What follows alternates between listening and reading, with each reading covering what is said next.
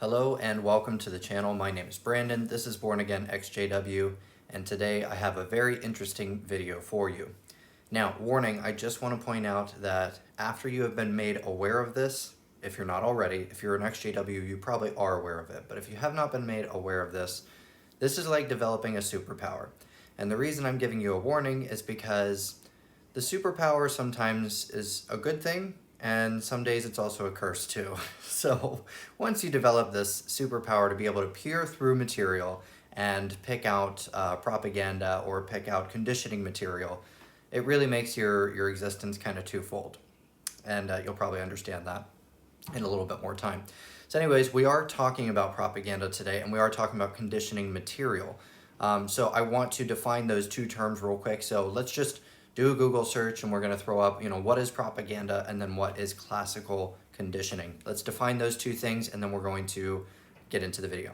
All right, so first up is going to be propaganda. So we're just going to do what anyone else should do. Let's just go to Google and see what the first definition is that pops up. So first definition is, number one, it's a noun, information, especially of a biased or misleading nature, used to promote or publicize a particular political cause or point of view. Okay, and just to point out, propaganda can come in pretty much any of the forms or mediums that you can think of. So obviously it could be radio, it could be podcasts, it could be YouTube videos, it could be magazines, books. I mean, propaganda comes in multiple different forms. So we're going to be exploring the video form today. But yes, and I would also just do a caveat. I don't think that all propaganda is bad propaganda, just to put that out there. Okay. But in these cases, I'm not so thrilled with them. All right, let's go into the classical definition of classical conditioning. All right, here we go. Next definition for classical conditioning. So it is the process that involves creating an association between a naturally existing stimulus and a previously neutral one. Sounds confusing, but let's break it down. The classical conditioning process involves pairing a previously neutral stimulus, such as the sound of a bell, with an unconditioned stimulus, or the taste of food. This unconditioned stimulus naturally and automatically triggers salivating as a response to the food, which is known as the unconditioned response. After associating the neutral stimulus and the unconditioned stimulus, the sound of the bell alone will start to evoke salivating as a response. The sound of the bell is now known as the conditioned stimulus, and salivating in response to the bell is known as the conditioned response. So I'm going to go ahead and throw up a graphic here just so that we can get an idea of what's going on here real quick together. And this is super simple. So essentially there was this Russian veterinarian, and he has, this theory that he starts to notice when he's training his dogs. So we have what's called a unconditioned stimulus. It's here represented by food. Then we have an unconditioned response from the dog. Nothing is happening except for, the dog is salivating at the sight and smell of the food. Okay, so that's a natural response. The dog sees the food, the dog smells the food, and starts salivating as a unconditioned response. It's natural. Then we have what's called a neutral stimulus. In this case, it's a whistle. I've also heard it described as a bell. So let's say he rings the bell. The dog has no context for what the bell is or why it's important, so we get no response from the dog. Now, what if in the process of showing the dog the food and the dog smelling the food and at the same time ringing the bell or blowing the whistle, you have an unconditioned response, but it's being associated with something. You do that enough times, and then you get what's called a conditioned stimulus. You ring the bell or you blow the whistle, and without food being present, the conditioned response is the dog starts to salivate. Now, this is also something that can be done with people as well. Unfortunately, we are kind of meat computers in a way, so information can be these associations can be built up in our mind. And that's what we're going to be talking about today in these two different videos. So I know it was a little long-winded to get us there, but I need you guys to understand that this is actually well-studied, it's well-documented. It's something that is known, and people unfortunately utilize it, oftentimes in, I guess you would say, malevolent ways. So let's go ahead and take a look at the first example that I'm going to show you from jw.org of conditioning material. And then I'm going to ask for some audience participation. Okay, so real quick, I just want to set this up before we jump in. Sorry for the interruption, but I want you to watch this video, and don't just watch it. Here's what I want you to have in your mind while you're watching the video. Try and figure out what it is that they are trying to get you to do and feel as you're watching this video. And then when you get to the end of the video, I want you to pause and I want you to comment in the comment section, what do you think the controlled stimulus was, and what do you think the controlled response is that the Watchtower wants from the individual who's being shown this conditioning material? So again, that is your challenge. Watch the video, then you're gonna pause, comment, and tell us what is the controlled stimulus and what is the controlled response that the Watchtower wants you to have. And then let's see if it matches with my interpretation of the video. So here we go, let's roll the first clip. Following dramatization, note how someone who has just started to have a good relationship with God might need to display strong faith like that of the Phoenician woman. I never thought it would happen. I finally found what I'd been searching for. A good relationship with God. Then one day, a coworker texted an article that claimed to expose Jehovah's Witnesses.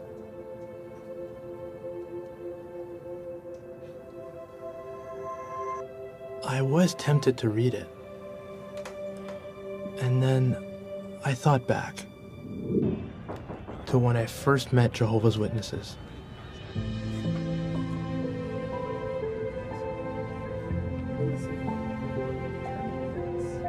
I was so excited about what they taught me from the Bible. That God's name is Jehovah, the kingdom is a real government, and so much more. Why would I want to learn about Jehovah's Witnesses from their enemies?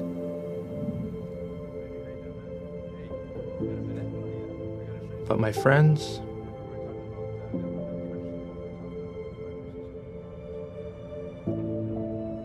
not so much.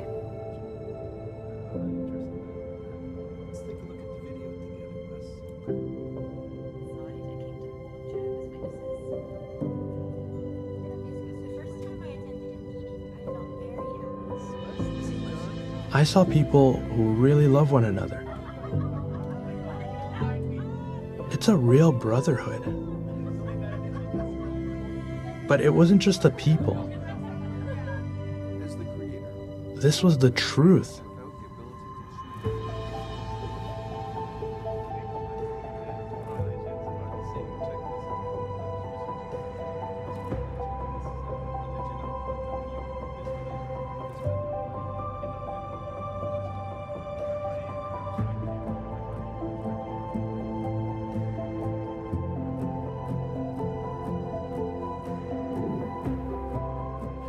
I didn't need to learn about Jehovah's Witnesses from their enemies.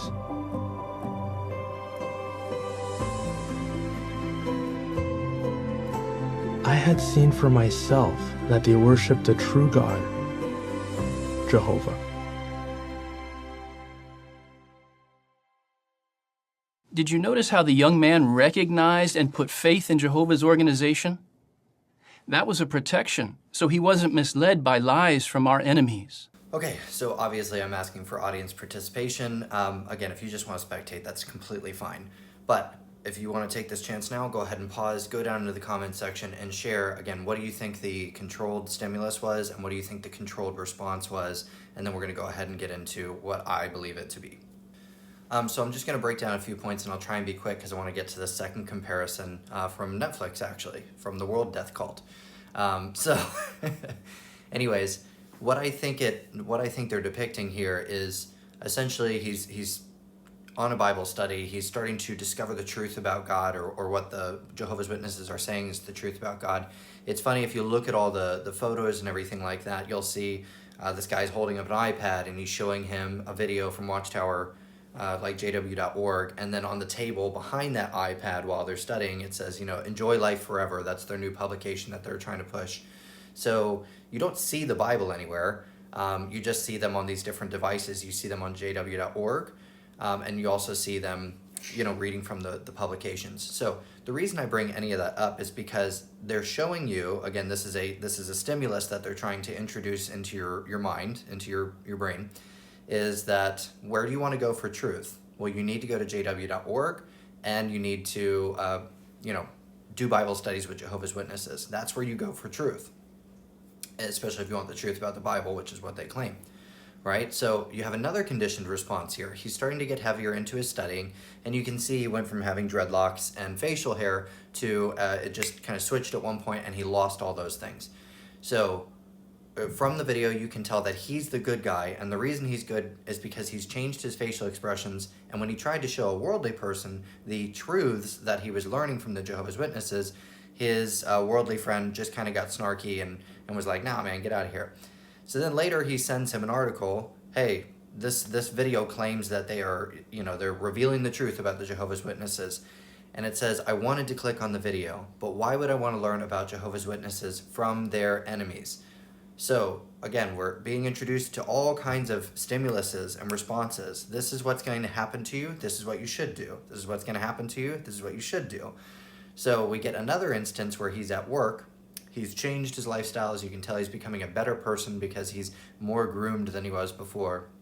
And then we have the conditioned stimulus coming in of the worldly coworker with this video in hand saying, hey, I want to show you this truth that I learned about your organization.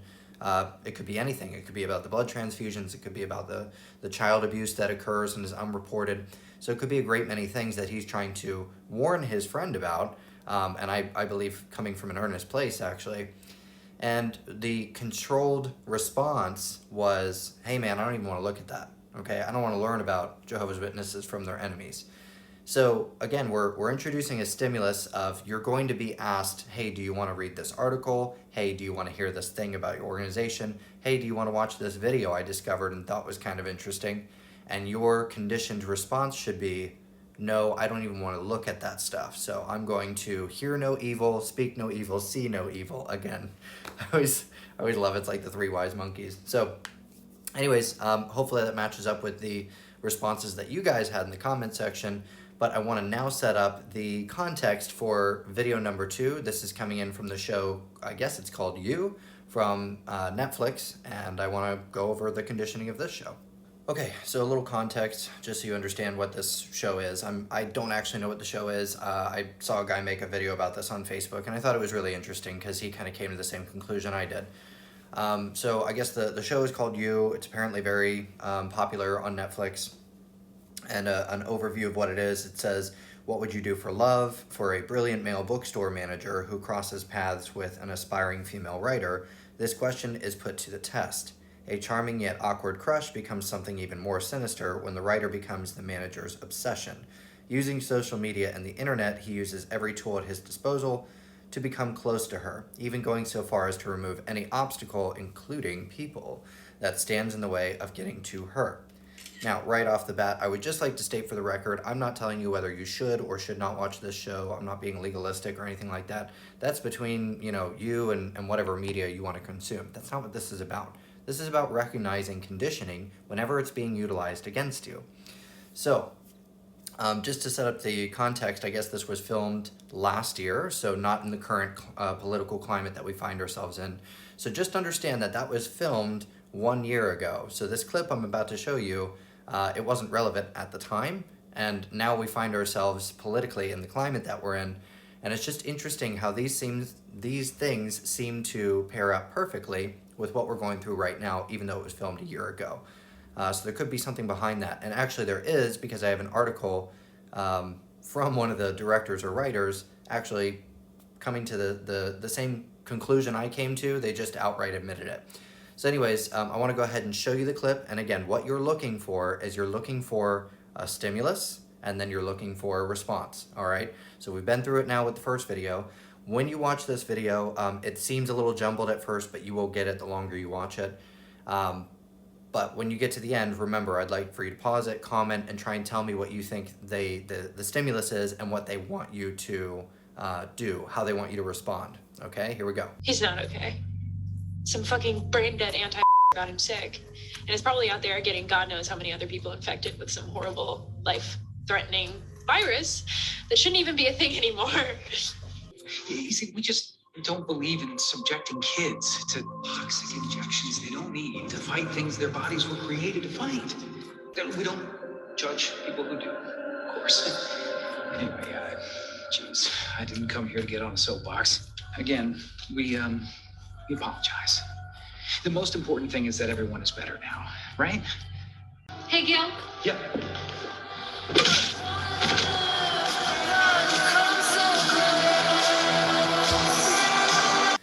Oh boy, right? Okay, so go ahead and comment down below. What do you think the stimulus is, and what do you think the response is that they're intending for you to have? Okay, well, guys, I'm hoping we all came to the same conclusion there. So we all know what the current political climate is, unless you have your head in the sand.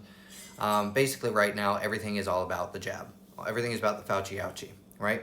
So whether you're getting it, whether you're not getting it, makes you either a good person or a not good person.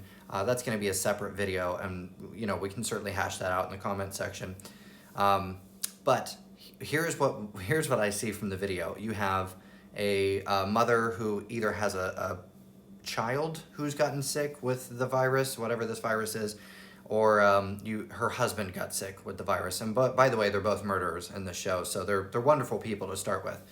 But anyways, so one of the family members got sick, so that's why she's like freaking out and needing consoling in the first bit of that video.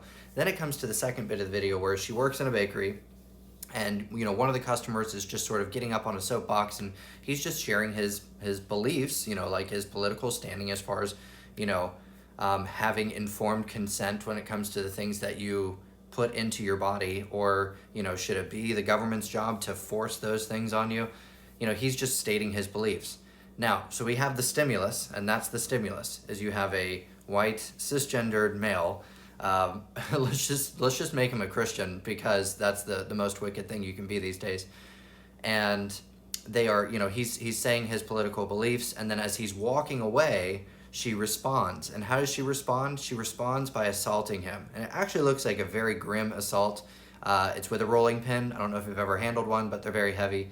And she strikes him in the head injuries, a lot of blood, a lot of bad things can happen from a head injury if you've never sustained one yourself. So the stimulus was the cisgendered, straight, white anti-vaxxer, and the response is physical assault, great bodily harm, and or possibly killing, and or possibly murder.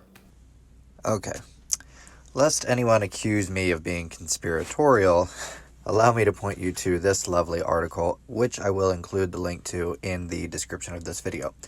So, this says, Boss Sarah Gamble breaks down Season 3's murders, Mr. and Mrs. Smith marriage, and anti-vax storyline. It's a long article, guys. I would definitely suggest going and reading it if you don't agree with my assessment of the controlled stimulus and the controlled response. But I want to direct you to this part specifically of the article. So, the interviewer asks the question, there were times this season where Love, that is the ironically named female who attacked a person with a rolling pin, a very heavy rolling pin. There was times this season where Love was weighing how far she would go versus how far she wanted to go. Just like Joe was, I'm assuming that's the husband.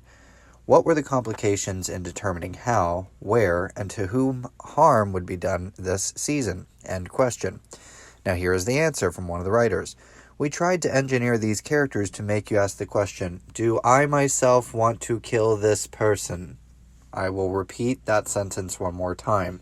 We tried to engineer these characters to make you ask the question, do I myself want to kill this person? But I think a really important thing about these two characters is they don't enjoy murder. So their default condition is never, I want to do something violent. It's actually the opposite. What they want is to have a really peaceful and happy home in a community that's really close-knit.